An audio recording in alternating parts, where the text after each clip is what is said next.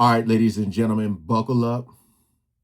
Got a 20-minute video here on the Art of Dialogue channel, which I'll leave the entire interview in the description so you guys can check out more and even subscribe. I haven't watched the whole video or interview in its entirety, but, you know, when I see a title like this is still from him interviewing Omar Gooding, Cuba Gooding Jr.'s younger brother.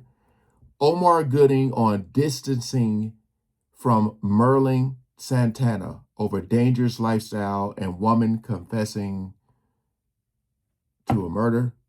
That's what it says there. Can I even say that? Merlin Santana, if you don't know, he was on the Steve Harvey show. I'm trying to think his earlier work. I know he was on a Cosby show as a kid, but I forgot exactly what happened with his death, but I didn't know that he was living like a dangerous lifestyle.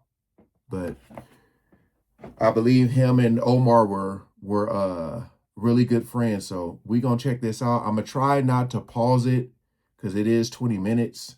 But if I do need to say something, I will stop. So we ain't gonna waste no more time. Let's jump right into it.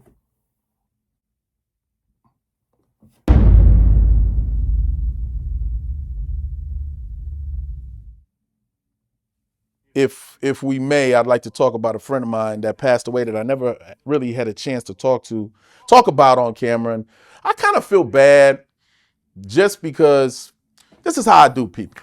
If I meet you, I rock with you, I rock with you. Just that simple. If I don't, I don't. But I give everybody a fair chance. Sounds fair to me. I've had real close homies who, like one person in particular, one of my day ones, that he would get into a lot of conversations with other people, but not me. That was my name. It's just that what that was. Like, this is my dude here. I had that. You know what I mean? Oh, they don't like him? Whatever. It's my dude. And then a point came where we finally butted heads. And then that was that. He later went to prison, did a long stretch and so forth and so on, because I could see what was coming, And it was like, nah, I got to, you know what I mean? My good friend Merlin Santana was, first of all, he was a very, very genuine dude. I love people that tell you who they are right off the bat. You already know. You can't be disappointed by a person like this if you know off the rip the type of dude this person is. He was always on 10. The first time I met Merlin, we were doing Hang with Mr. Cooper. And if you find a chance to find that episode, the man was a very good actor. Very good actor, just period. He was the type.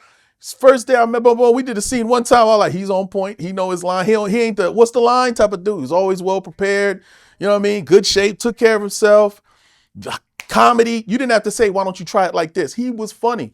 When they said cut, what y'all doing later? Oh man, we coming over here. We start hanging out with my crew of people. You know what I mean? He came from New York, came by himself from New York. I've never met any of his family members. I've only heard him refer to one, and it wasn't a great relationship. Just leave it at that. So we were like his family out here. And he was very much asked me, yo, what about where's the place to go? This type of thing. This was with Hang with Mr. Cooper. Then I went from Hanging with Mr. Cooper to Smart Guy. When I got Smart Guy, he was like, yo, I just got this show called Steve Harvey. It's like, you think it's going to be big? You think it's going to be big? I remember he would always ask me, like, what you think it is, that type of shit. I'm like, yeah, man, I think it's going to be, yeah, man, you'll be all right. You know what I mean? And to rewind it, he was always, I'm telling you, he was always on 10. He was like the type of dude that would go the extra mile for the joke in real life. Like I remember we all was together and we all passed. Sorry, bro, I gotta tell this one. It was it was one of those type of things. We all go out, we party, there's girls, whatever, we leave, boom, the dude, everybody's knocked out, wake up the next day, let's get it going. And there was a bottle of Snapple on the ledge of the fireplace in the living room area. And there's always that one friend that just do that, hey, what are you doing type of thing. And this particular friend just picked up the bottle and started drinking in the morning. And we heard him go, and spit it out. And Merlin comes running out the back. Who drank it? Who drank it? This motherfucker. We knew would be one. Of course, he pissed in the Snapple bottle. Like, why would you piss in the Snapple bottle? To what end? Because we knew this motherfucker was going to drink just some wild air. Like, there's some frat boy shit. But it was funny to us. We laughed and laughed. This was the type of dude, Merlin. He would just do wild shit like that. He liked who we liked. He went the extra mile to impress and joy. He liked, clothes. We went through the whole Versace shirts with the pleated pants. Like we went through that whole. We was addicted to the Versace shirt. All Tupac started it, and we were just Yeah, everybody had to get a Versace shirt. You know what I mean? And I remember we that. got into a lot of street shit with this dude because he was just. I mean, I know they've talked about. We can talk about that a little bit too. I mean, we kind of have to talk about it for me to tell my story of Merlin. Um, we got into fights. We went to we fought an there was a nightclub called Paradise. I know I've never talked about this before on camera. Um, It's crazy how he sits there and nods his head because he's like literally reliving it, man.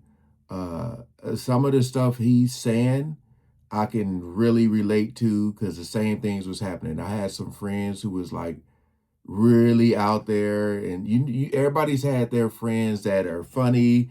I was a funny dude and who liked to dance, and then you have the dude who always were ready to fight, want to fight, looking for a fight just for no reason. Yeah, it literally, I could have been part of a friend group. there was a night we all went out, right? Me, Merlin, a couple of my day ones, and we're in a limo. Tell you how long ago back was. We're leaving the club and loaded, body drunk, this type of thing. And somebody's yelling like, "Move that car out the way, homie!" Type of fuck you, nigga. Oh, what? It's talking now. Yeah, shut the fuck up. Nigga. We move when we ready. Just extra because we drunk. And they're like, "Oh my, get your ass in the limo." And I remember they pushed me in, like, all right. He's like, my people, like, get in there, man. And I get in the car, and I'm just like, let's get the fuck out of here, man. So look, now these niggas out here fighting and shit. And I look back over and I'm like, wait a minute, that's my niggas. And I hop out the car and I remember seeing one of the shirts. One of my homeboys had my shirt on and it was like silver and black Versace. And I remember just seeing his elbows going. And I'm like on my way to him. I'm drunk. I'm like stumbling through, but it's like a movie, bro. I'm gonna keep saying that because I can't describe it no other way. It's like they staged this shit, but there's people falling over here. I look and I see Merlin running with a security flashlight after somebody, and then two security guards running after him. Like this thing just snatched the What the security hell? flashlight to hit it. You know what I mean? It ends with all of us meeting back where the limo was supposed to be, but the limo left us. The limo took off like this. These niggas fighting. I don't know if they about to start shooting by. And we now walking Smart. Versace shirts and shit down Santa Monica Boulevard in the middle of the street. Where's the cops? No cops. Looking for our limo. And we find it at a 7-Eleven later. And I try to kill this motherfucker because he left us. Like, damn, what if we needed? We actually had a pistol in the damn limo. Imagine Wow. if it had gotten to that and we go to reaching for shit and ain't nothing there. So anyway. But that illustration, I'll never forget of Merlin running with the flashlight like this. It looked like a damn cartoon chasing somebody and then them chasing him. That wouldn't be the last time we got into some shit. The last time, and again, this didn't deter our friendship. It just was one of those things. It's just, these are the type of people I'm around. If you can fight, you can fight. I didn't get a lot of, jealousy type of shit. We didn't get into shit because of that. But this particular instance, Merlin had got into the Moesha situation. Him and Fredro had words. They spoke on it. I heard Fredro speak on it. And I was happy to hear how he talked about it because I was curious. You know what? Even though he's talking about curious, you know what I was curious about when he does these interviews because sometimes they be saying some funny stuff. I wonder does he like cut his mic off or something? Because like I never hear him laugh or nothing. Like he ain't said nothing. He's just letting the guests talk. But they are like you don't hear nothing. That's pretty crazy to me. I can only speak about what I know. Either I was there or I wasn't. I can't say, but I heard this. I mean, I can because this is what was told to me when I asked him about it, right? So what I asked Merlin, I was like, what's this with the Moesha thing? He's like, oh man, I tried to say what's up to that dude and this and that. And he was like, F you, blah, blah, blah, blah. And I was like, what? Like, that seems whatever. But like he said, they were able to work that part out. However, before it was worked out, as I explained earlier about myself and who was around me as I grow up, and still to this day, you have certain people, for your own safety and whatnot. But I don't know Onyx in the group. I don't know them. I've met a couple of them dudes. I've met Fredro, Sticky, Sticky on some rap shit too. He was like, "Nigga, you got some bars, nigga. We should battle." I remember he said that shit years ago, and I was just kind of like, hey, "It's what I do." But yeah, but we never got a chance to do any music. But just because you see somebody or you hear their music or you see them music, that doesn't mean you know them. You don't know what they do when the cameras aren't rolling or when the mic ain't recording, and also you don't know who's around them. You know, they were surrounded, whether they are actively or were actively gang members or not, I don't know. But I know they had some real ones around them regardless, not to say they weren't real in themselves. And Merlin got into it with one. As he's speaking, as I think about his role in Baby Boy 2, um, although I can't unsee it, like no one else I can see playing Ice Cube as Ice Cube, I mean his son in the Straight Outta Compton movie. But I think he would have played a good Ice Cube too for that movie. Cause he definitely would have nailed that. That was just on my mind. Sorry. Of their associates, like physically, right? So at this day and time, we get invited. Maybe it was me that got invited or it was Merlin that got invited, but regardless, we show up to this party on the invitation of an actor, mutual actor friend of mine. Now, I don't feel very highly of him, so I'm not going to say his name. That's just, I don't want to, not get no clout off me. So anyway, so this dude invites us to this club. It's me and Merlin and then one other friend of mine. We get there, club drinking, boom, boom. Next thing I know, Merlin gets hit, socked in the eye, bam. And he falls into my friend that we're with. They hit the floor, now they're rolling around. Because he got hit so hard, he just grabbed the first person near him. Now they're like fighting on the ground. My boy trying to get, he's like, calm down, it's me, what's wrong with you? Now I'm trying to break both of them up, finally get them separated, relax, what's wrong? Merlin, relax, what the fuck? And he's like, somebody hit me, what the fuck? I said, yeah, them niggas over there. And I look over, the club is now cleared out, and there's a line of gentlemen standing there with bottles and drinks in their hand. And it's, I don't know, 6, 7 of them, 3 of us. We just standing there like, what's up? And they start throwing bottles and shit at us. So we're ducking bottle, one hits us, we doing this. They don't run and start fighting, they just start throwing shit at us. So we leave, right? Story over, as far as I'm concerned. I guess the backstory, the best way that I can piece it together from the different people that have told it along, including Merlin, was dude, he socked dude on one occasion, so dude got some get back. Bam, one punch, one hit. Yeah, I wasn't looking. Pow, now we even, bitch. You want to fight? Let's go, right? Again, pretty much that's it. Now, I don't know, I haven't heard of anything that would lead me to believe that anything else that happened to Merlin had anything to do with that. That's the end of that story, okay? I am now, let's see, still in the same calendar year. I'm at the Improv, Hollywood Improv, with a couple of my peoples. My people, I'm telling y'all all the street shit for some reason. But we like shooting dice outside. Just some real dice. And we shoot dice or whatever, and I go back into the inside to go, I guess we're waiting for the show to start or whatever. So I go inside, use the bathroom. On the way out, I get approached by 2 gentlemen. Uh-oh. They're both shorter than me. Now I'm trying to paint this picture so you can see what's going on here. And they go and they say, hey man, you don't want it with Wooty Woo. I'm like, I don't want it with who? Wooty Woo. I'm like, what are you talking about? What does he got to do with this? He hear something? Nah, don't worry about that. I'm just saying you need to leave that shit alone. It wasn't his fault. You need to leave that shit be alone. And I'm just like, first I think they joking, like ask the cushion for to pop out or something. And I'm looking at them, but they serious. And they looking up at me like, yeah, I'm just trying to tell you, you don't want it, son. You don't want it. And it's New York niggas. And I was just like, all right, now I'm mad. Like, what the fuck y'all just coming approaching me? I don't even know who you talk about is even, I know this nigga's even in here, let alone that. And now I know, that's the nigga that he did invite us to that club. Oh, so he must be feeling guilty. He must be feeling some type of way. So he was like, oh, y'all tell that nigga he don't even want to fuck with me. That nigga wasn't even on my radar, bro. But now you are. But dig this. So it's now getting to the point where I know if I just take off or swing on these motherfuckers, I already know I got shit to lose. Someone to say, oh, I started punching niggas. Nah. So I'm just kind of like saying shit, like, well, do something. I know this talking shit. It's 2 of y'all already. Okay, well, what you want to do, right? Right when I'm talking to these niggas, Yuck Mouth comes walking up to say what's up. Yuck Mouth? I'm like, nigga, read the room. I'm standing here on the corner like, yeah, what you want to do? Then what? Oh, you sitting in here. Hey, yo, what's up? I'm like, nigga, shut the fuck up. That pisses Yuck Mouth off. Who you talking about, Yuck? Shut the fuck up, nigga. I'm just trying to say what's up. You don't see that I'm already going into it with this. What are you talking about? Blah, blah, blah. And I look at them one more time. They go, see? Red are like, told you what's going on. Then they like peel off and go back and decide because now I'm shifting my attention to Yuck. Me and Yuck Mouth is going at it now. And it's aggravating because it's all this yelling and ain't nobody throwing no punch. It's him talking. Now I'm talking. Now my boys have stopped shooting. They're like, what's going on? Because the little early conversation was kind of quiet. They were just like, yo. And I'm just like, what's do something? No, it was no attention there. When Yuck, that's probably why Yucks think it's okay to just say what's up because it's not like I was like, what's up? I was just sitting there. But when he said what's up, now I done snapped on him. Now we loud.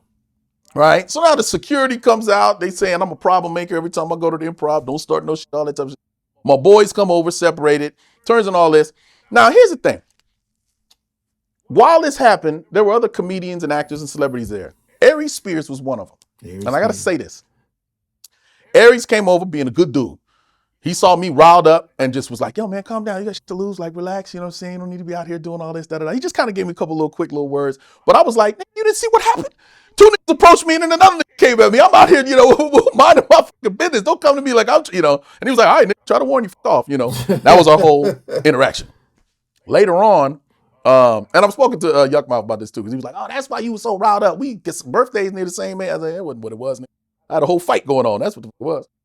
So anyway, so I kind of wanted to talk about two different altercations that kind of, this is the thing. It's the thing. It was a time. It was definitely a time. I mean, I went through my gun phase. He went through his gun phase. He went to, I don't know what I'm trying to think of the moment when I was just like, all right, man. You know what I mean? And it went from experiences that I've had with Merlin to hearing through the grapevine, what's going on with your boy? Yeah. Type of thing. And the first one was he had a shootout at Fatburgers on La Cienega. A shootout. Who has shootouts? I know exactly where that is. By yourself? And then it ended up with the police confiscating his Desert Eagle. You know what I mean? Like that, bro, like what's going on, man? And it was, he had different couple cats that he started hanging out with that I was like, definitely not. That's it. That's where our story goes two separate ways. So when you hear the saddest thing about it, obviously, is his death. Way too young, way too graphic, multiple shot like this, and you knew it was something. And then you didn't have to, it's the craziest thing too, because the culture of LA streets is retaliation. It's what it is. You do something, now we got to get them back. They did what? Well, it's time to ride. And for him to not have any family out here, other than really us, boys in the hood. When we kind of went our separate ways in the last like couple years leading to his death, now he has other people around him. What I could pride myself in saying, or I shouldn't say that, but I know when he was with us, he was good. Like if you in our circle, we got each other's back. It's just that simple. We look out the same way. We may get into altercations, but we all had each other's back. You know what I mean? The brawl that we had in Paradise and all that, boom. I had a partner walking behind me, socking it like it was, all this was like a movie. But then when he went away and, when we kind of went our separate paths, people around him weren't really having his best interests. He's having shootouts now. He's dealing with, females and this and that and the third. But when he got killed, the saddest thing is it was the same reaction from the people that knew him. People say, oh, were you surprised the way it happened? And I'm like, surprised is a hard word. It's like, not really, which is sad to say, because not only did you kind of see violent ending coming, it was just one of those, the way the girl stepped up and was bragging in prison. I'm the one that did it. I'm that. Yeah, I got him. Boom, boom, boom, boom, boom. And again, it's more hearsay. You don't know why she's saying that. Was she put up to it? Is it true? Was she behind it? The way, the overkill, no pun intended, of it all made it was something deep and it was personal, at least to her. And it closed the book for us because it wasn't like we got to find out who did this type of thing. She admitted she did it. She did it and it's done. And how well do you know another? I had no clue it was a woman. I just knew that he got shot, but I didn't know the rhyme or reason And they're saying overkill. Damn.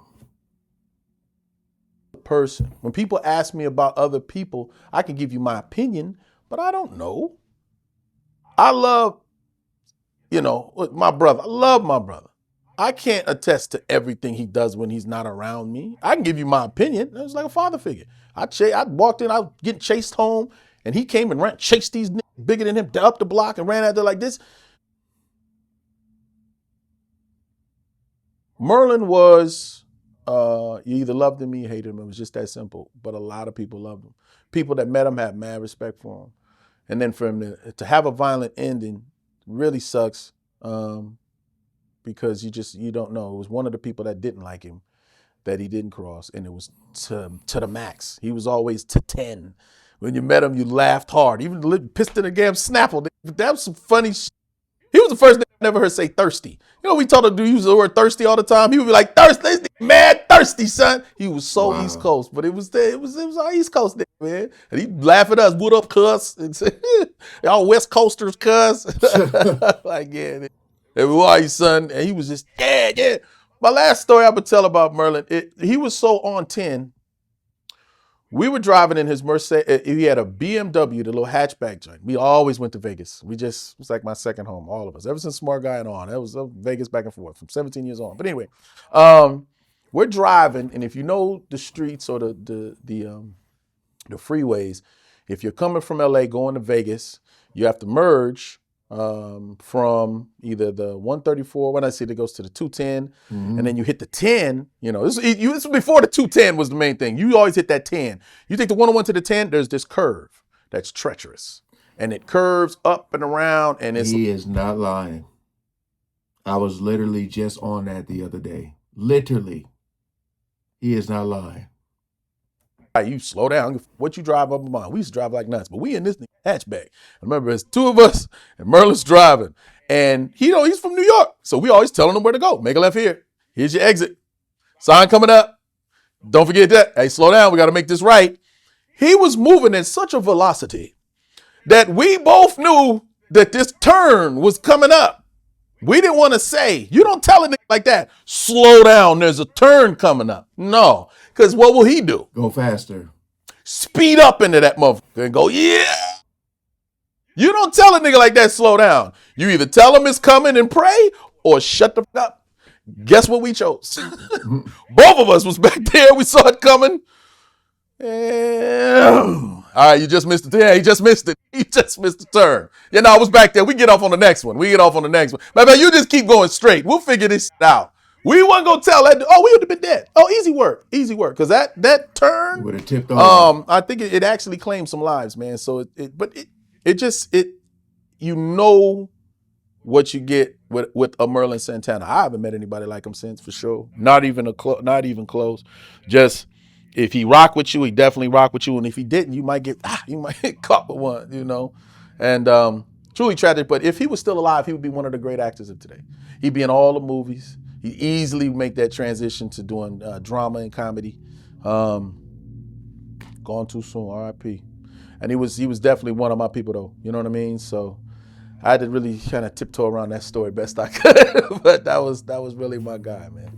R.I.P. Merlin Santana. I had no idea. So the woman that was behind him getting killed, she in prison bragging about it? She was in prison bragging, bro. Bragging. I got him. I don't know what happened to her, or how far that went. And she was young, too. She was young. Younger than him. I'll just put it that way. I don't think she was like underage young, but she was young. And because I think she went into, is she going to? Well, anyway, I won't speculate on that. It's too long ago to remember. But yeah, when they locked her up, wasn't hard to find her. And when she got in prison, she was bragging about it. I'm the one that did it. Mm-hmm. Hey, I feel like if you are from LA, for those of you who may not know, I am from South Central LA. We all have a homeboy that's like that. And I always talk about the streets will make you or take you, depending on what path you go down. As you get older, you would think people will get wiser, make better decisions. Some people don't. Some people get worse. I just feel like you as a person like he said, you're going to have to distance yourself, because you could go to some type of event or just somewhere you want to go out, a club, bowling, whatever the case may be. And if you have a friend like that, at some point it's going to happen. They get some alcohol in their system and they just want to fight random people, you know, and these random people could have weapons. These random people, it could be you, him, somebody else against 20 people. You don't know. But this friend wants to fight everybody. They don't care. And they'll get mad at you if you don't help. They'll get mad at you, although they're the ones putting you in a horrible situation. So my best advice, if you have a friend like that, run fast and get away, because they will take you down with them. Guaranteed. I've been shot at. I've been, I'm talking about like,